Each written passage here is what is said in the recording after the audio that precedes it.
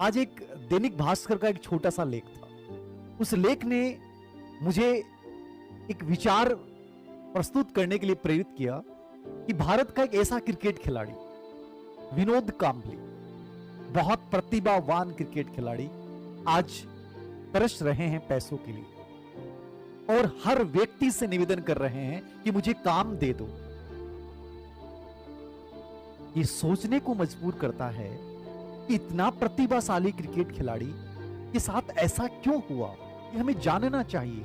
क्योंकि ये कहानी केवल विनोद कांबली के जीवन की नहीं है, ये कहानी हर उस इंसान के जीवन की है जो कहीं ना कहीं अवसरों को बड़ी सफलता में बदल नहीं पाता है। मैंने उस खबर को देखा कि आज उनका फोन भी टूटा हुआ है, उनकी कलाई पे घड़ी नहीं है, आज वो विवश है और कह रहे हैं कि सचिन को पता है सब कुछ, लेकिन वो ध्यान नहीं दे रहे हैं। ध्यान कोई नहीं देता सब। एक वो खिलाड़ी,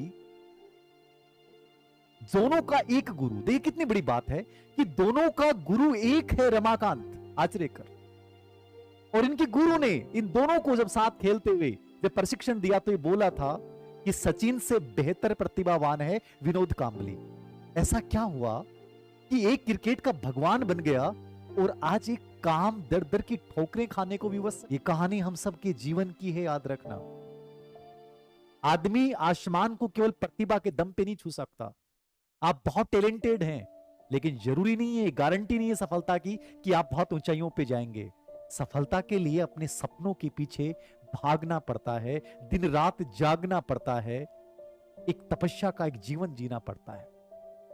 ये क्रिकेट खिलाड़ी जो आप देख रहे हैं, इन्होंने अपने पहले डेब्यू मैच में, जिनको केवल इसलिए शामिल किया गया क्योंकि 10 खिलाड़ी थे, 11वां मिल नहीं रहा था, और पहले ही डेब्यू मैच में पहली बॉल पे 6 मार के शुरुआत की थी अपने क्रिकेट जीवन की। बहुत ज्यादा प्रतिभा क्रिकेट के प्रति।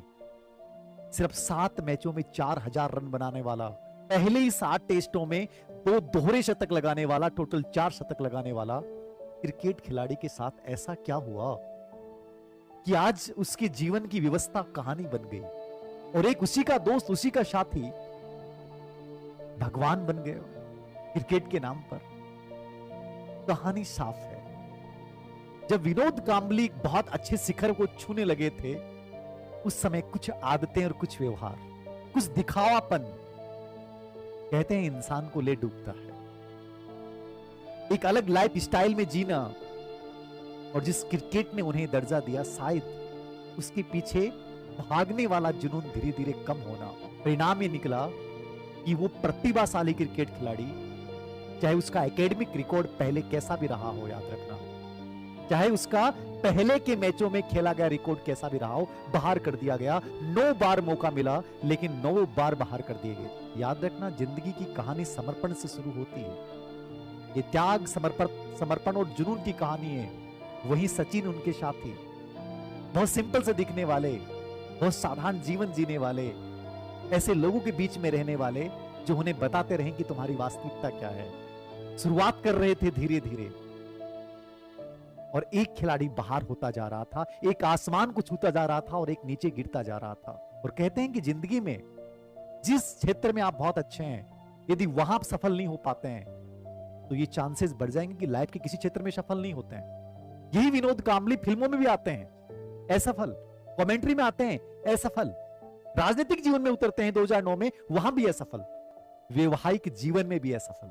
कहानी ये बताती है, किसी एक चीज को जब चुनो ना, उसके पीछे इतने जुनून से लग जाओ कि वो काम, वो कार्य आपको बुला बुला के बोले कि मैं तेरे लिए बना हूं। सचिन जब छोटे से 15 से 16 साल के जब खेल रहे थे, छोटी सी आयु का बच्चा, और पाकिस्तान जैसी टीम के सामने खेल रहा था, और वकार यूनिस की जब बॉल पड़ी तो नाक पे जाके लगी और नाक से खून बहने लगा। सामने नवजोत सिद्धू थे, उन्होंने कहा बैठ जा, आप चले जाओ, रिटायर्ड हट हो जाओ। लेकिन सचिन ने कहा नहीं, मैं खेलूंगा, मैं खेलूंगा। ये होता है आत्मविश्वास। और उस मैच में अगली बॉल पे 4 4 लगा के 57 रन बनाने वाला सचिन आज दुनिया का भगवान है क्रिकेट। हमेशा मौन रहकर अपनी विनम्रता से जवाब देने वाला सचिन, इतने रिकॉर्ड बनाने वाला कि शायद कोई उन रिकॉर्ड को तोड़ पाए, वो सचिन कहता है कि मैच से पहले इतनी कड़ी मेहनत करता था कि ऐसा लगता था कि ये मैच मेरे लिए है, मेरे लिए बना है, और सबसे सर्वोच्च रखा उस कार्य को। जब 1999 में अपने पिता को खोया और वर्ल्ड कप चल रहा था, 4 दिन बाद वापस लौट गए क्योंकि उनके बिना टीम अधूरी थी, और जाते ही शतक बनाया। जिंदगी में याद रखना, सफल बनने के लिए कहीं ना कहीं आपको त्याग और समर्पण की कहानी लिखनी पड़ती है। आज विनोद कांबली के जीवन को लेकर हम भावुक हो सकते हैं कि सचिन ने उनका साथ क्यों नहीं दिया। मैं फिर कहता हूं, दुनिया में साथ जब तक हम खुद अपना नहीं देते हैं, दुनिया की कोई दूसरी ताकत नहीं दे सकती। हमारे में से बहुत सारे बच्चों में से किसी की कहानी विनोद कांबली जैसी बन जाती है, तो किसी की कहानी सचिन तेंदुलकर जैसी बन जाती है। ये आपको तय करना है कि तुम क्या बनना चाहते हो। लेकिन कहीं ना कहीं ये सबक लेने की जरूरत है कि जिंदगी में जब मौका पड़े तो सचिन ही बने, हमारे जीवन में विनोद कांबली वाली स्थिति नहीं आए। Thank you.